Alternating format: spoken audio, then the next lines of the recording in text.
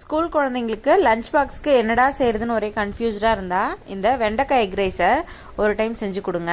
நீங்கள் ஒரு டைம் செஞ்சு கொடுத்தா அடிக்கடிக்கு செஞ்சு தர சொல்லி கேட்பாங்க. வாங்க எப்படி செய்யறதுன்னு பார்க்கலாம். அதுக்கு ஒரு கடாயில் கொஞ்சமாக எண்ணெய் சேர்த்துட்டு 1 டீஸ்பூன் கடலைப்பருப்பு, 1/2 டீஸ்பூன் கடுகு, 1/4 டீஸ்பூன் சீரகம் சேர்த்து நல்லா பொரிஞ்சதும் தட்டி வச்சிருக்க பூண்டு, பொடியை நறுக்குன வெங்காயம், அடுத்து ஒரு கொத்து கருவேப்பிலை இலை இதெல்லாம் சேர்த்து நல்லா வதக்கி விட்டுக்கோங்க. வெங்காயம் வதங்கினதும் நம்ம கட் பண்ணி வச்சிருக்க வெண்டைக்காயை சேர்த்துக்கலாம். இந்த வெண்டைக்காயோட வழவழப்பு தன்மை போகிற வரையும் நம்ம வதக்கி விட்டுக்கலாம். இப்போ வெண்டைக்காயெல்லாம் நல்லா வதங்கி வந்திருக்கு. இப்போ நம்ம மசாலா ஆட் பண்ணிக்கலாம். 1 ஸ்பூன் வெறுமிளகாய்த்தூள், 1 ஸ்பூன் தனியாத்தூள், 1/2 ஸ்பூன் கரம் மசாலா, 1/4 டீஸ்பூன் மஞ்சள் தூள், தேவையான அளவு உப்பு சேர்த்து ஒரு 2 நிமிஷம் நல்லா ஃப்ரை பண்ணிக்கோங்க. இந்த மசாலாவோட பச்சை வாசனை போனதும் நம்ம முட்டையை சேர்த்து நல்லா ஃப்ரை பண்ணிக்கோங்க. இப்போ வெண்டைக்காய் முட்டையும் நல்லா ஃப்ரை ஆனதும் நம்ம வடிச்சு ஆற வச்சிருக்க சாதத்தை ஆட் பண்ணி நல்லா ஒரு டைம் மிக்ஸ் பண்ணி விட்டு இறக்கணும். ஒரு சூப்பர் அண்ட் ஹெல்த்தியான வெண்டைக்காய் முட்டை சாதம் ரெடி. வீடியோ பிடிச்சா லைக் பண்ணுங்கள்.